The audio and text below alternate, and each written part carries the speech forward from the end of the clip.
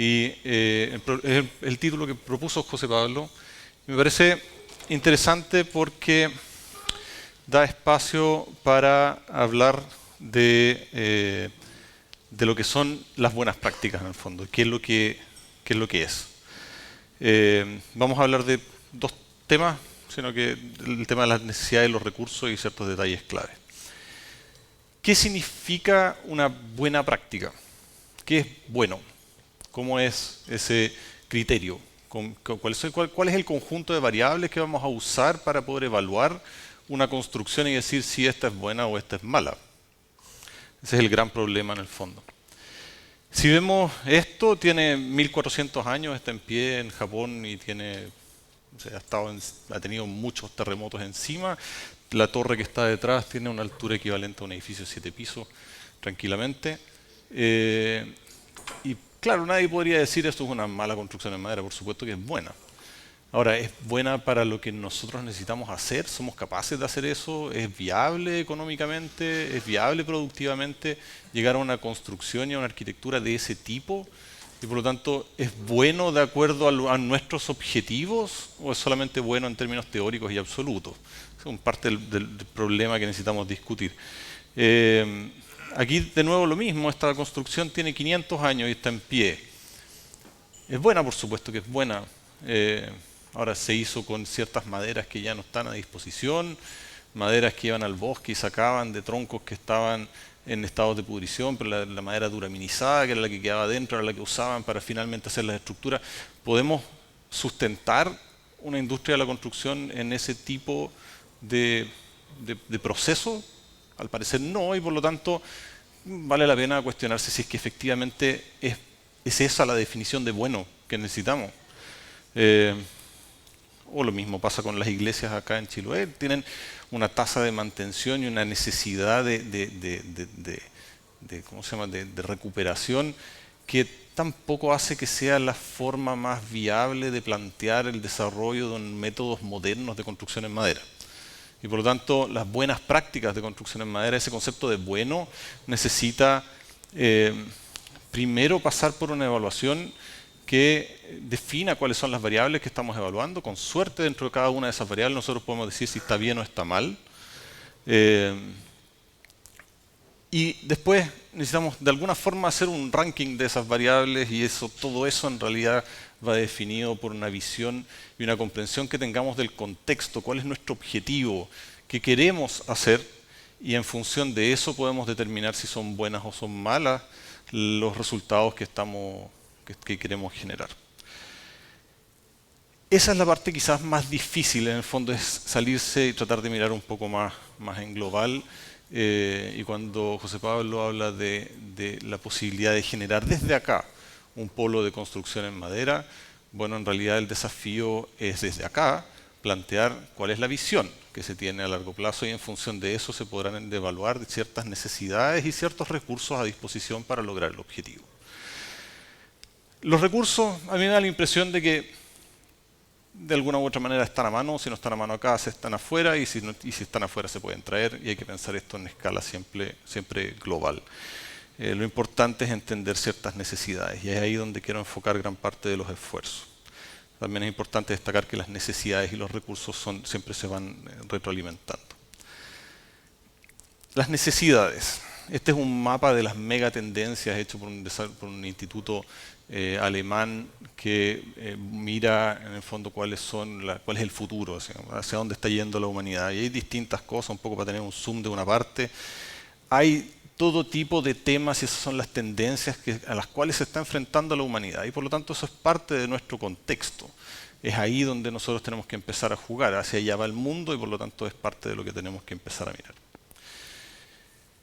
La primera que quiero destacar es que el ser sostenible, la sostenibilidad es parte esencial hoy día, abarca todo. Todo tipo de actividad necesita una mirada un poco más profunda a largo plazo para ver realmente los impactos de nuestra actividad. Como hablaban antes con respecto a la población, estamos en 7.4, vamos a llegar tranquilamente a los 9, 10, 11 mil millones de personas en el mundo. para dimensionar un poquito el impacto que ha tenido el crecimiento de la población, la línea que está en azul son los humanos y lo que está en verde son las extinciones de otras especies. Ese es nuestro legado, digamos. Hasta ahí, esa es parte de lo que nos obliga a plantear la sostenibilidad como un aspecto primordial. Y la sostenibilidad se define como la satisfacción de las necesidades actuales, sin comprometer la capacidad de generaciones futuras de satisfacer las suyas. O sea, ¿cómo nos arreglamos para proceder ahora y que ese sistema, esa forma de proceder sea compatible con un crecimiento de 3.000 millones de personas más en el planeta? Y efectivamente, como planteaba Helmut, la sostenibilidad es social, es económica y es ambiental. Si no es económica, no es rentable. Si no logra ser ambiental, hay deterioro ambiental. Si no logra ser social, hay pérdida de licencia social. Y por lo tanto, este sistema, este modelo se cae. Y la segunda respuesta, desde el punto de vista de la construcción, estoy hablando de nuevo a nivel global, es dar respuesta a la urbanización. Eso es la urbanización a nivel mundial. 4.000 millones de personas hoy día viven en ciudades, de los 7.000 millones que somos, y va aumentando una tasa de 220.000 personas por día que se mueven a la ciudad. O sea, 4 veces Villarrica todos los días se tiene que construir para poder sostener el proceso de urbanización. Y la industria de la construcción está claramente en un problema, porque no solamente es de las menos sostenibles en cualquier aspecto, sino que además tiene problemas, por ejemplo, que son atingentes a muchos otros sectores también, pero hay un envejecimiento de la población. La línea celeste era como estaba en el 2007 y en la línea azul es como está en el 2016 la población. Los obreros están envejeciendo y eso significa que el costo de la mano de obra se está poniendo cada vez más caro, la productividad está bajando y la tasa de accidentabilidad también aumenta y por lo tanto es un negocio que no puede sostenerse. La industria de la construcción así como está no va a seguir. Si pensamos que además encima está aumentando la demanda, entonces las cifras no dan. Hay que mover todo este negocio hacia una construcción industrializada. Ahí es donde quiero plantear el primer desafío. En el fondo esto es, la construcción tiene que ser industrializada sí o sí. El formato artesanal en el cual está operando en este momento tiene corta duración. Si es que quieren desde acá plantear el crecimiento de una industria de la construcción sostenible, va a tener que ser de alguna forma industrializada.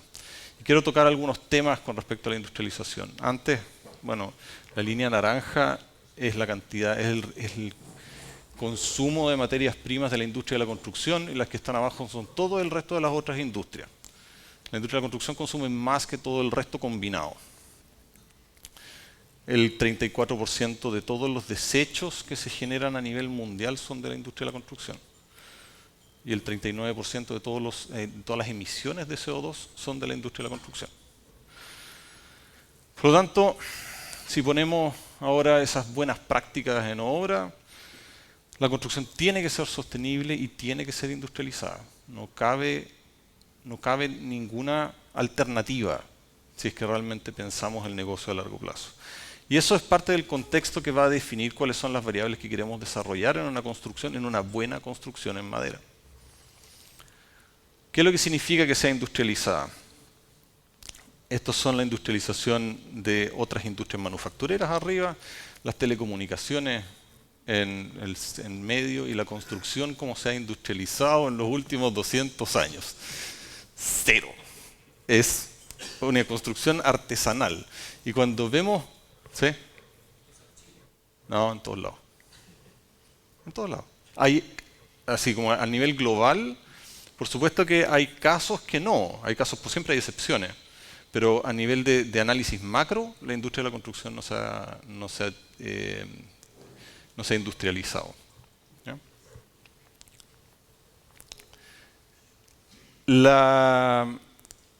Las otras industrias han migrado desde una industrialización basada en una producción en serie a una producción completamente orientada hacia el consumidor. Se deja percibir el consumidor como un ente gris, sino que se apunta a la diversidad y hay una capacidad de adaptarse. Y por lo tanto, cuando vemos en la construcción industrializada y pensamos en esto no es construcción industrializada. Eso es artesanía en serie, pero no es construcción industrializada, ¿no? Para poner algunas diferencias sobre el tema. Hay que aclarar algunos conceptos de vocabulario. Tenemos materia prima, tenemos una parte que por ejemplo es un pie derecho, tenemos componentes de bajo nivel cuando hay unos pocos pies derechos y unas placas, tenemos componentes de alto nivel cuando ya hay varias placas juntas y ponemos ventanas y ponemos cosas ya un poco más sofisticadas, y esa es la base para la construcción panelizada. Hay muchas empresas en Europa que ya hacen bien construcción panelizada o construcción modular, pero no son la norma. Y todo eso se produce en un entorno controlado y se transporta a obra. Por supuesto que se puede hacer industrialización y se puede hacer producción, industrialización o prefabricación in situ, pero el esquema más común o más usado es la prefabricación fuera de sitio, ¿no? Este es un video para mostrar algunas tecnologías que ya están a disposición o que se están desarrollando, y vemos cómo la automatización y la robotización en la construcción, no solo en madera, sino que en todos los materiales, está agarrando vuelo. Esto es en Japón.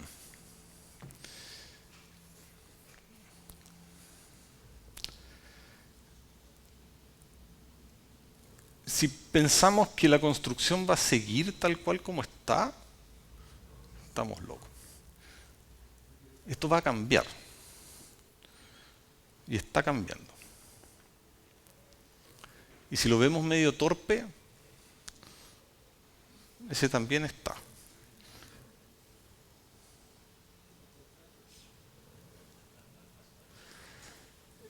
Eso es hoy día como están ingresando las tecnologías al rubro de la construcción. La presión es tremendamente grande y el negocio es tremendamente grande y es lo suficientemente atractivo como para que se desarrollen todo ese tipo de cosas. Y la industrialización, desde el punto de vista del arquitecto y desde el punto de vista del ingeniero y del constructor, implica pasar de eso, que es un dibujo en CAD que puede ser muy preciso, pero en bidimensional a tridimensional. Todos los detalles deben ser resueltos tridimensionalmente al nivel de probablemente de elementos que tengan el milímetro, y toda la obra se descompone en sus partes y piezas y componentes y en planos de fabricación individuales para cada uno de los componentes que van a llegar a la obra. Esto se hace, existe en parte del mundo, no es ciencia ficción, pero hacia allá va. Y esto, por ejemplo, es un ejercicio o un proyecto, la torre de la Universidad de Concepción, que estoy desarrollando, un edificio de 8 pisos de construcción en madera, y cada una de las partes y piezas está numerada, seriada, y tiene un momento en el cual va a entrar en la obra y tiene unas ciertas dimensiones. ¿Qué es lo que es la industrialización realmente? O sea, si se quieren meter en industrialización de la construcción, es pasar desde la arquitectura, definir componentes, optimizar uniones, corregir interferencias, simular la manufactura, simular el transporte, simular el montaje, y luego recién, después de eso, se pasa a la manufactura. Eso es realmente la industrialización, ¿no? Tener esa capacidad de hacerlo flexiblemente en función del proyecto. Y por lo tanto cambia el esfuerzo. Ya no es el esfuerzo fuerte en la construcción, en la cual el gran responsable por definir cómo se va a ejecutar un detalle constructivo es el maestro. A él le estamos asignando la responsabilidad, porque no lo define bien el arquitecto, no lo define bien el ingeniero, no lo define bien el constructor. Es el maestro el que lo resuelve. Y pasa a un esquema en el cual todo eso está planificado. Y todo eso está realmente... Pero significa meterle mucho más tiempo antes, para que la ejecución sea más fácil, más rápida y mejor. Y la industrialización genera resultados más precisos, genera menos desechos, menos ruido, menos accidentes, menores traslados para la gente, posible todo el año, y es más rápida y es más económica. La única forma de construir esto, de tener esta construcción sostenible, es pensando en la industrialización, y eso genera cambios, por ejemplo, también a nivel de capital humano, que no tenemos gente capacitada para poder hacer ese tipo de temas. Cuando miramos la construcción sostenible, y aquí quiero tratar de hacer el ejercicio mental de desencantarme con la madera y mirarla objetivamente. La madera objetivamente es o no es un buen material para la construcción. No es que tengamos que construir en madera porque tenemos madera, ese no es el mejor criterio. Debiéramos ver si es que existe o no una base objetiva para evaluar qué es lo que es una buena construcción y si es que la madera cumple o no. Y en eso tenemos construcción sostenible, y cuando uno piensa en construcción sostenible debiera tener un bajo impacto en distintos ámbitos, ya vamos a meternos un poco en eso. Debiera ser durable, debiera ser segura y debiera ser sana. Probablemente faltan algunos otros criterios por ahí, pero ya con esos 4 tenemos la idea de una construcción que cumple con más criterios que los que exige la normativa. Dentro de cada uno de esos nos vamos a meter en los distintos puntos. Y vamos a empezar por ahí. Bajo impacto. Bajo impacto significa baja contaminación del aire, bajo desecho, uso de recursos, energía, gases de efecto invernadero y contaminación de agua. Y la madera es por lejos el material que menos impacto tiene comparado con el acero o con el hormigón, que son las otras 2 alternativas estructurales. Bajo consumo, la madera tiene una transmitancia menor, 10 veces menor que el hormigón y 100 veces menor que el acero, por lo tanto lograr una eficiencia energética es más fácil en madera que en otros materiales. Mejor aún o más aún si es que uno mira cómo está compuesta realmente. Esto es un entramado ligero, en un entramado o en una estructura de CLT el balance es un poquito diferente, pero en un entramado ligero la proporción de madera que hay en la envolvente es bien baja. Entonces, desde un punto de vista de la eficiencia energética, lo que permite la madera es que la eficiencia esté primariamente determinada por el aislante térmico y por lo tanto la casa es más bien una casa de lana mineral que una casa de madera. Se lo sostiene la madera, pero la lana mineral es la que le da el comportamiento. Y es una gran ventaja con respecto a los otros materiales. La madera además genera menos consumo porque requiere menos energía para ser procesada. Es por lejos el material más blando, por decirlo de alguna forma, que permite ser trabajado, más trabajable y permite consumir menos energía en su procesamiento. En bajas emisiones son incluso negativas en algunos casos. La madera captura CO2 en vez de emitirla, del orden de 1 tonelada por metro cúbico más o menos. Y por lo tanto es el único material que permite pensar en una producción de materia prima que sea carbono neutral o carbono negativa versus otros materiales como el hormigón, que está al final de la escala. Para tener una idea, el 5% de todas las emisiones de CO2 a nivel mundial son producto de la industria del cemento. Y el 8% la del hormigón armado, porque le metemos el fierro además. ¿No? Y eso también va de la mano con otros procesos adicionales, como por ejemplo el transporte a obra. Una obra de hormigón necesita alrededor de 6 veces más camiones de lo que necesita una obra de madera prefabricada. Menos interrupciones en la vía, menos tiempo de ejecución, en fin. La madera, además, versus otros materiales, es reciclable. Y no una vez, muchas veces. Puedo pasar del trozo a la construcción, reciclar eso una vez que termine su ciclo de vida, hacer un mueble, si termina su ciclo de vida hago papel y después lo vuelvo a hacer papel reciclado y después puedo incluso hacer sustrato para crecer más plantas. Y se puede moler y hacer despedazar de distintas formas para hacer los productos más variados que quieran. Es el material ideal para entrar en lo que se denomina economía circular. Pasar de una economía lineal en la cual la materia prima pasa a la producción, pasa al uso y luego al residuo, a la composición de basura, que es así como estamos acostumbrados a operar, a una economía circular en la cual el residuo tiene una entrada de nuevo como una nueva materia prima para permitir la producción. Es la manera más sensata de pensar en ciclos de vida. No pensar que vamos a construir un edificio de hormigón y que cuando termine su ciclo de vida vamos a tener que despedazarlo y tirarlo al vertedero, porque así funciona. Pero Para que eso ocurra, en construcción tenemos que tener mucho cuidado con este proceso. Ese proceso, si le estamos metiendo CCA a la construcción o le estamos metiendo algún agente que luego va a simplemente eliminar la posibilidad de reciclarlo y o va a complicar incluso su desecho, porque después estas piezas con arsénico no las podemos tirar solamente en un vertedero y es un problema y va a generar problemas. Bueno, ahí estamos perdiendo parte de las ventajas que tiene la madera versus otros materiales. No es verdad que la madera sea buena si es que para la economía, para los conceptos de economía circular, si es que le estamos haciendo esto. ¿Ya? Luego, en construcción sostenible tenemos otro aspecto que tiene que ser durable. Durable, vamos a meter aquí otro material más, el ladrillo, aunque aquí en Chile particularmente estructuralmente no cumple. Durable puede ser la madera, el hormigón, el ladrillo o el acero, o ninguno de ellos. Pero eso no depende del material, depende de la manera en la cual se trabaje el material. Si no sabemos trabajar el material no va a ser durable, pero no va a ser durable el hormigón tampoco, ni el acero tampoco.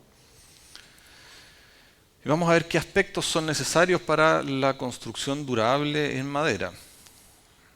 Un aspecto que yo creo que no está lo suficientemente entendido, por lo menos no desde el punto de vista de la construcción, es que el hongo de la pudrición necesita 4 factores: necesita madera muerta, necesita oxígeno, necesita una temperatura entre 4 y 40 grados y necesita que haya un contenido de humedad que esté por encima del 25% de contenido de humedad de la madera, o en realidad, en estricto rigor, por sobre el punto de saturación de la fibra, para que haya agua líquida.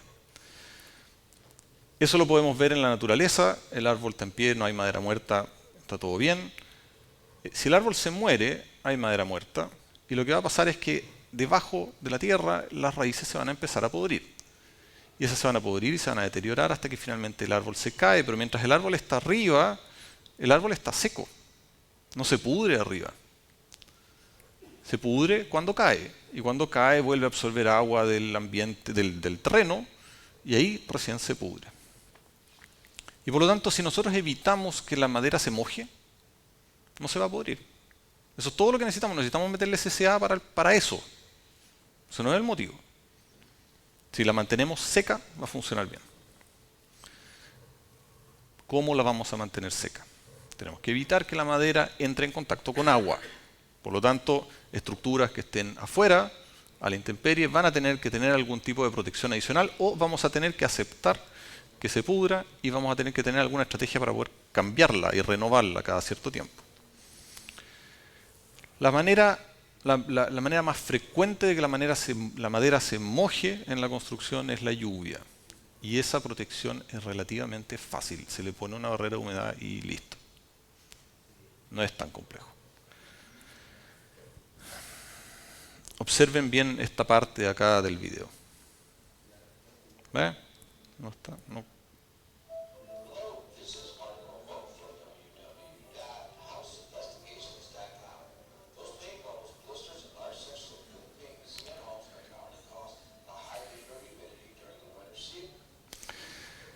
¿Qué es lo que pasó ahí?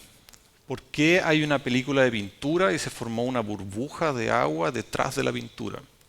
Es el vapor que viene desde dentro de la casa, que pasa a través del muro, empuja, pero no puede pasar a través de la pintura, levanta la pintura, genera el agua ahí y se condensa porque se encuentra con una capa que está fría, que es la pintura, y genera agua líquida al interior de la casa. Ese fenómeno es el más difícil de controlar. No es que no se pueda, pero es más difícil que el otro. Y es el gran fenómeno que no sabemos controlar en un 99.9% de los casos acá en Chile.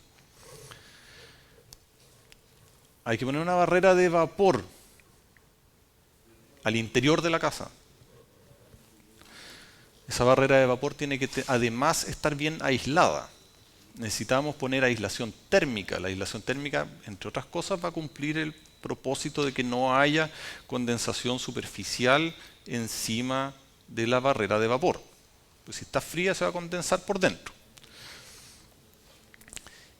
Tenemos que, además, esa barrera además tiene que bloquear el paso del aire. tiene que ser no solamente una barrera de vapor, sino que tiene que haber ahí un sello de hermeticidad. Nuestra normativa todavía no nos exige que las construcciones sean estancas. A través de los planes de descontaminación atmosférica recién se está empezando a exigir y se exige como una especie de párrafo en las especificaciones técnicas, no se hace realmente un ensayo. Bueno, para la construcción en madera es crítico. Es crítico al punto de que si esto es una placa de yeso cartón, por una placa de yeso cartón pasan en una temporada entera alrededor de 70 ml de agua por difusión, o sea, a través del material. Si dejamos una apertura, si existe una fisura en ese yeso cartón, por cada centímetro cuadrado, o sea, estamos hablando de una rendija de 1 milímetro por 10 centímetros, por cada una de esas pasa hacia el interior de la construcción y condensa dentro de la construcción 1 litro de agua por temporada. No es poco. ¿Ya? Entonces necesitamos ser extremadamente cuidadosos con esa membrana. Y no solamente eso, sino que tenemos que aceptar que van a ocurrir errores y que esos errores tienen que poder solucionarse. Y por lo tanto, la condensación que ocurra dentro tiene que poder viajar hacia afuera. Esta tiene que poder salir y va a condicionar en el fondo cómo es esta membrana de acá, que tiene que ser permeable al paso del vapor, pero no tiene que dejar pasar el agua líquida desde fuera. Para tener una idea de qué tan lejos estamos de ciertas normativas internacionales, acá en Chile lo que se ha medido son alrededor de 24 renovaciones por hora a 50 pascales, que es un test que se establece, lo cual es una cifra extremadamente alta, pero no es peor que un rango intermedio. Ahí vamos a ver por qué. Y en Europa hoy día la normativa está alrededor de 3 renovaciones por hora a 50 pascales. Eso es lo que se establece y hay casos, bueno, los Passive House requieren un 0,6 en ese aspecto y hay casos que han llegado incluso a los 0,18. Por lo tanto, estamos alrededor de 100 veces mal. Con respecto a las termitas, bueno, a la mayoría de los insectos les gusta más la madera mojada que la madera seca. Sin embargo, acá tenemos termitas que comen madera seca. Y es un tema. Bueno, efectivamente ahí uno pudiera pensar que a lo mejor vale la pena impregnar con algo. Pero incluso ahí hay otros sistemas o hay otras, digamos, yo creo que es una madera, o sea, es una manera poco sensata pelear la batalla en la última línea de defensa. Lo que no queremos es que se coma la madera, entonces tenemos que salir un poco más adelante y a frenarlas antes de que lleguen a la madera. Esperar que lleguen a la madera para pelear la batalla ahí me parece poco estratégico. Entonces, antes de eso uno puede poner protección mecánica y todas las barreras de humedad que uno pone por fuera también sirve como barrera mecánica para proteger del acceso de las termitas a la madera. Además de eso, uno pudiera conceptualizar diseños como este, por ejemplo, en el cual existe que el componente, digamos, está completamente envuelto en algo que protege el acceso a la madera estructural. Lo mismo estos componentes que están acá, las maderas, no debieran estar expuestas y nadie las ve y pueden estar perfectamente forradas en estas membranas. Pero existe además una separación con respecto al suelo. Esas termitas que comen madera seca son subterráneas, llegan por abajo y si uno toma las distancias requeridas se puede inspeccionar. La inspección es parte crítica del diseño. Si yo puedo ver, puedo solucionar. Se generan distancias con respecto al suelo que obligan a las termitas a tomar rutas que no van por dentro de la construcción, sino que tienen que desviarse y verlas. Y también se pueden hacer tratamientos a nivel de suelo, desde cambiar la granulometría del suelo hasta hacer algún tipo de tratamiento químico también en el suelo. Otro aspecto fundamental de una construcción sostenible, si queremos pensar a largo plazo, es que tiene que ser reparable. Por supuesto que cualquier construcción es reparable, pero ¿a qué costo? Cuando uno tiene que picar toda la losa porque a ver dónde estaba la maldita cañería que tenía la filtración, no es sensato, no es una manera prudente de pensar en el futuro. Menos en madera cuando esas filtraciones pueden llegar a tener consecuencias estructurales graves. Y este es el logo o una de las imágenes que aparece cuando uno busca el derecho a reparar. El derecho a reparar en electrónica está siendo algo tremendamente fuerte en Estados Unidos y hay leyes al respecto. En construcción yo creo que también debiéramos empezar a adoptar, digamos, el lema. Uno puede diseñar un buen detalle constructivo o un mal detalle constructivo con ese criterio en mente. ¿Qué tan reparable es? Imaginarse la secuencia de montaje y de desmontaje si es que tengo que cambiar la pieza que va a ser afectada. Y por lo tanto, tenemos posibilidad de pensar en detalles constructivos que sean armables y desarmables, y la madera tiene serias ventajas con respecto a otros materiales. Y además, ese reparable es reparable no solo porque se echa a perder, sino que porque cambian las condiciones de uso. Las que están a la izquierda con respecto a la derecha son las mismas casas. Y eso se puede hacer fácilmente en madera y no se puede hacer fácilmente en hormigón o en acero. Es muchísimo más complicado. La construcción además tiene que ser resistente. Bueno, hay una serie de factores. La resistencia es perfectamente viable en madera, en acero o en hormigón. Hay aspectos que se cruzan con temas de industrialización. Este sistema constructivo es perfectamente bueno, pero no es viable desde el punto de vista de la industrialización. Es muy lento, hay muchas piezas y por lo tanto hoy día se construye con pie derecho, sin cadenetas, no son necesarias y se usan placas. Y eso anda más rápido. Desde el punto de vista del fuego, la normativa apunta a dar tiempo a que el habitante escape. Eso es todo, digamos. Ese es el único propósito de protección al fuego, no es que no se queme. En madera, particularmente, la protección al fuego hay que conceptualizarla de manera diferente. Si uno pesca un tronco o una pila de astillas, uno sabe perfectamente que el comportamiento del fuego va a ser completamente distinto. A nadie se le ocurriría incendiar o tratar de prender un fuego con un tronco. No va a funcionar. ¿Ya? Con astillas sí. Bueno, eso es lo que pasa con las grandes secciones y las pequeñas secciones. En construcciones es exactamente lo mismo.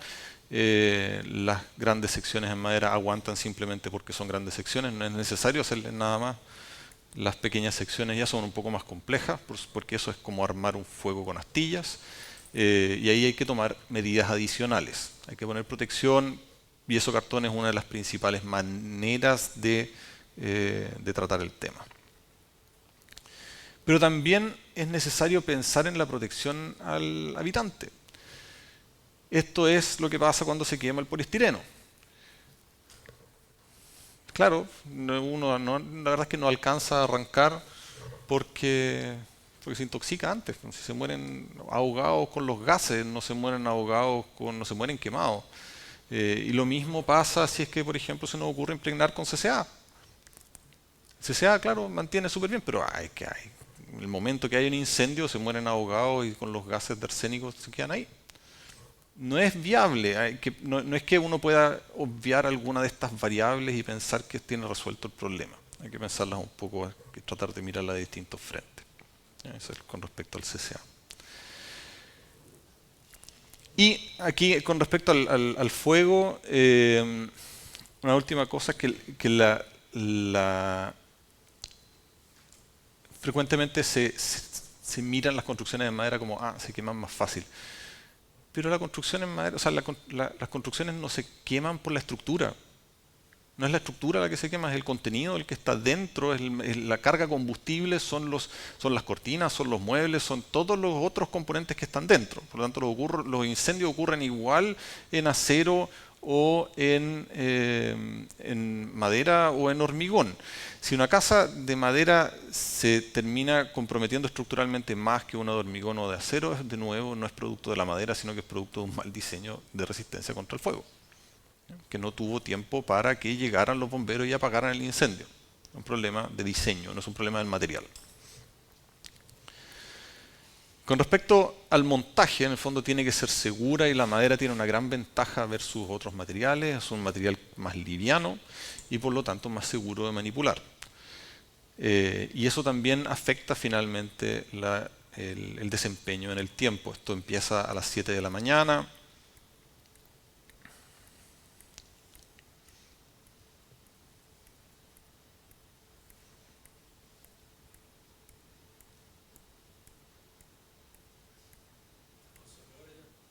Ahí está las 8.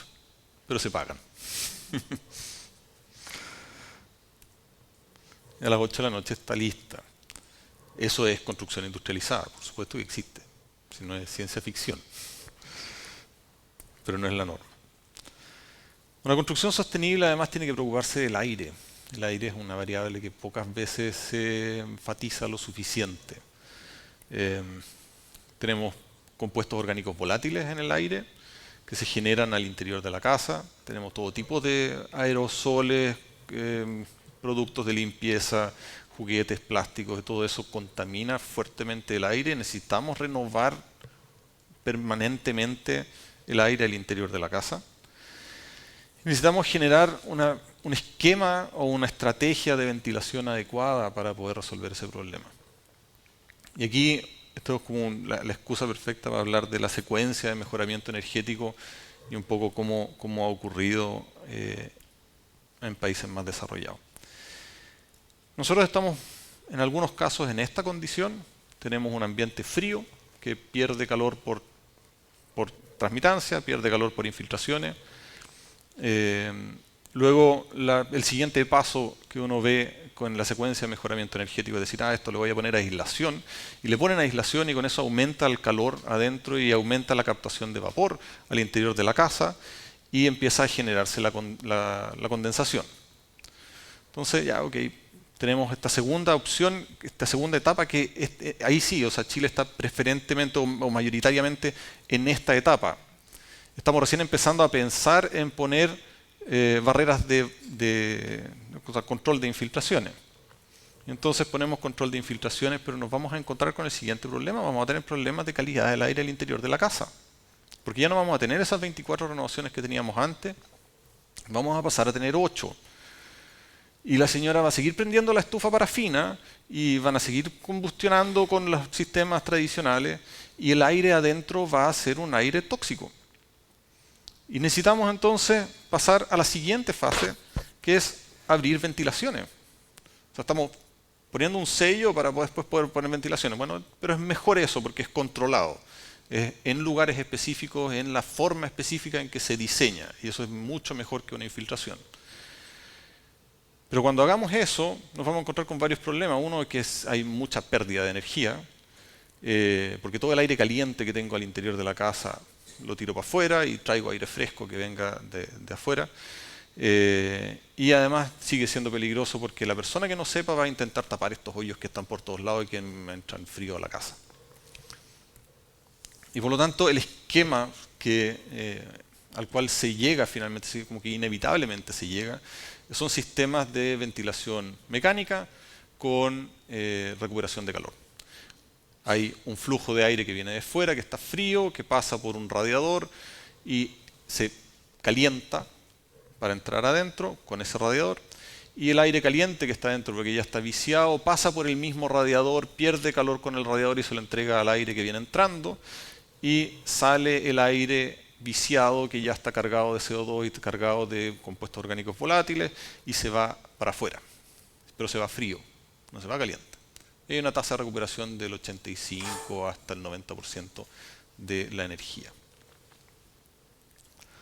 Son más o menos así los equipos. O hay otros que se montan en la pared, que son de esta forma. La aislación. La aislación va a tener entonces la primera función. Una de las funciones va a ser eliminar la condensación superficial, es por eso que ponemos aislación. Esa condensación superficial es extremadamente tóxica. Esos hongos son cancerígenos. De nuevo hay un problema de salud en la sostenibilidad de la casa. En la aislación también tenemos que pensar en la aislación acústica, no solamente aislación térmica. En Italia, por ejemplo, para que tengan el referente, la aislación acústica es algo que depende del Ministerio de Salud. Y si no se cumple la aislación acústica, no hay condiciones sanitarias para vivir en la casa. Lo cual parece bastante sensato. La aislación acústica se logra principalmente, o de uno de los mecanismos, por masa y por desacoplamiento. Esto es un tema que es bastante complejo de trabajar. Y otra componente, digamos, de la acústica no es la aislación, sino que además es la calidad de la acústica interior del espacio.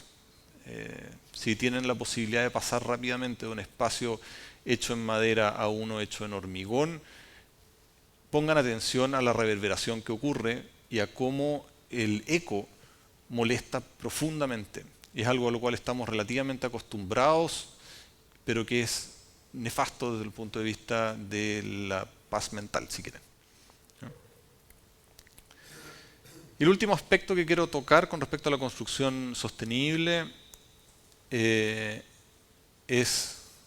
el de la humedad relativa. La humedad relativa, hay un rango en el cual la humedad relativa presenta la menor incidencia de patologías que nos pueden afectar a nosotros como humanos. Entonces, tenemos bacterias, virus, hongos, ácaros, etcétera, etcétera, y tiene una mayor incidencia en humedades relativas más bajas y en humedades relativas más altas. La madera tiene la capacidad de absorber, cuando está en contacto con el ambiente, tiene la capacidad de absorber humedades relativas muy altas y por lo tanto servir como buffer, y lo mismo con las humedades relativas muy bajas, empieza a entregar y a ceder humedad. Esa capacidad no la tiene el metal, no la tiene el hormigón tampoco. De hecho, las casas en hormigón son particularmente húmedas. Y es un material muy sano para convivir. Justamente provoca ese rango de humedad relativa en el cual para nosotros es muy bueno. Y eso se logra, bueno, no solamente con madera, sino que también con los esquemas de ventilación mecánica que permiten extraer los excesos de humedad de las zonas más cargadas, por ejemplo los baños y las cocinas, y tirarlos hacia afuera y entregar aire fresco, seco a la humedad requerida en los otros ambientes. Todo esto tiene que ser considerado y tiene que ser englobado bajo la mirada de la construcción industrializada. Y la verdad es que para una construcción sostenible, yo no veo ninguna alternativa a que esto sea una construcción industrializada en madera. Si realmente estamos pensando en todos los aspectos necesarios para que esto sea sostenible, la construcción en madera es inevitable. ¿Cuáles son los recursos que hay para esto? Hay de todo. Hay mucho que está desarrollado, probablemente hay mucho por desarrollar también, pero con lo que está ya se puede hacer mucho. Hay tornillos, hay conectores, hay membranas, hay software, hay todo lo que ustedes quieran. ¿Cuáles son las posibilidades de esto? Son infinitas. Pueden hacer lo que se les ocurra, pueden hacer edificios de 18 pisos y más, 25 pisos se está haciendo uno ahora. En fin, es cosa de que sueñen con lo que quieran hacer con la madera, esos aviones de madera.